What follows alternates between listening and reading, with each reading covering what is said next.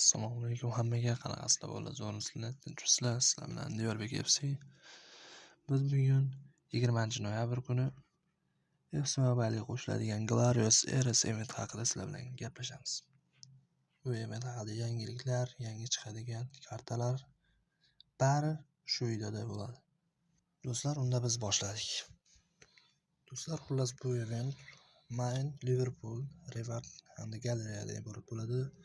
2, 3, 4 haftalarda esa bizga Real Madrid, Bavariya hamda Juventus bo'limlari qo'shiladi. Xullas do'stlar, biz topshiriqlarni barini bajarganimizdan so'ng bizga mana shunday har bir jamoadan bitta o'yinchini tanlab olish imkoniyati berilar ekan. Faqat 112 overgacha. Va bizda keyingi bo'lim Liverpool bo'limi. Bunda Derby County, Middlesbrough, Manchester City bo'limlari mavjud. Bizda birinchi bo'lib Derby County bo'limi ochiq bo'lar ekan va bu yerda biz match o'ynab o'sha maxsus tokenni olamiz. Biz mana shu tokenlarni sarflab turli xil nagradlar olishimiz mumkin ekan. Masalan, rank-up tokenlar, coinlar, gameslar va boshqalarni olishimiz mumkin ekan va bu yerda Nugouma nomli Brazilian 10 qanot wingeri mavjud ekan. To'g'risi men bu o'yinchini Liverpoolda o'ynashini bilmasdim. Bu o'yinchini tanimayman ham. Wow, bizga 2005-yildagi Liverpool formasi ham taqdim etilar ekan. Undan so'ng shartlar va boshqalar.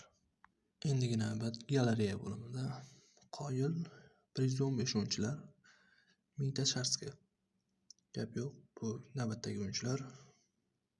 Va bu yerda boshqa jamoa o'yinchilari ham mavjud. Yaxshi, menga yoqdi, sizgachi? Endi navbat o'yinchilarning statistikalariga nazar tashlaymiz. Yaxshi, qobiliyatlar ham yaxshi, travelda tepishlar ham mavjud ekan. 4 ga 5 oyoq, 122 tezlik, zarba yo'llashi 117, passing 127, 125 dribbling, 117 defending, 115 fizikasi. Menimcha yaxshi karta. O'yinchisi bo'ladigan karta deb o'ylayman. Keyingi navbat Xabi Alonsoga. Xabi Alonso passing juda zo'r. Menimcha bu yarim himoyachi bo'lib ham o'ynaladi. Tayanch yarim himoyachi bo'lib kartasi chiqibdi. Atak yaxshi. Menga yoqdi, statistikalar juda zo'r. Navbat Carragherga. Ismini to'g'ri aytyapmanmi yo'qmi bilmayman, lekin statistika juda zo'r. 140 defending, mashshi kayf. Bo'yi 185. Bu normalmi? Patga tashladigan anaqasi bor ekan. Skilli. Normal. Talantlari zo'r. O'ynatsa bo'ladigan karta. Navbat Reusga. Reusmidi? 140 tezlik, wow, zo'r. Talantlari ham cho'tkidan ular mavjud ekan. 129 defending, 129 fizatopga. Zo'r. Dribbling 24, bu zo'r, gap yo'q. O'ynatishga arziydigan karta deb bilaman. Navbat o'sha legenda Mascheranoga. Mascherano. Men masalan Mascherano deb atayman. Mascherano talantlari zo'r. Dribbling ham yaxshi, passing zo'r, tezligi ham yaxshi. Tayanch yarim himoyachi bo'lib chiqibdi bu kartasi. Endi fizatopkasi past, to'g'ri, bo'yi pastligi uchun defending zo'r. Bu karta ham zo'r karta ekan. Navbat legenda Peter Crouchga. Q 1 cm-lik maxluq. Shotting 136. Yaxshi, statistikalar pastni aniq bilib turibdi.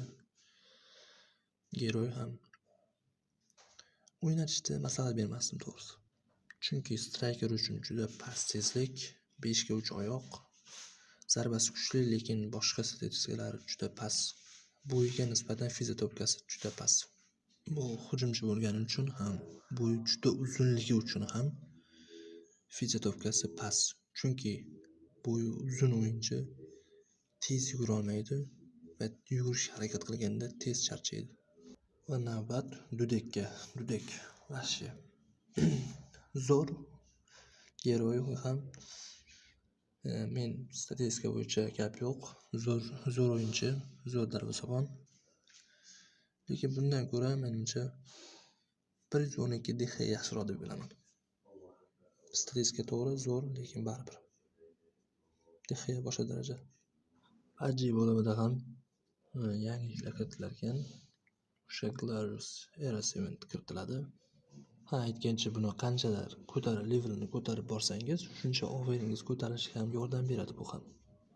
Do'stlar, va biz bu yerda 1000 ta shaxsdan 3 ta o'yinchini olsak yoki tushirsak, mana shu Xabi Alonsoni, Steven Gerrardni kattasi va Carragherni tushirsak, biz Xabi Alonsoni shu kattasini olamiz. Albatta tepa-tekinga. Mana buni statistikasi juda nerealno statistika. Kartaning ko'rinishi ham juda zo'r, 5 ga 5 qo'yoq. Tezlik juda ham zo'r. Statistika menimcha top 1 yarim himoyachi bo'lishga yaqin bu karta. Va do'stlar, bizda shunaqa bo'lim ham mavjud ekan. Bu yerda birinchi ochishingiz tekin, undan so'ng FC Pointga ochib Fernando Torresni tushirib olishingiz mumkin ekan. Va bu yerda bizga qanchaga ochish keltirilgan. Birinchi ochish tekin, keyingilari mana taqdim etilgan. Biz hisoblab ko'rdik. 23950 ta FC Point ketar ekan.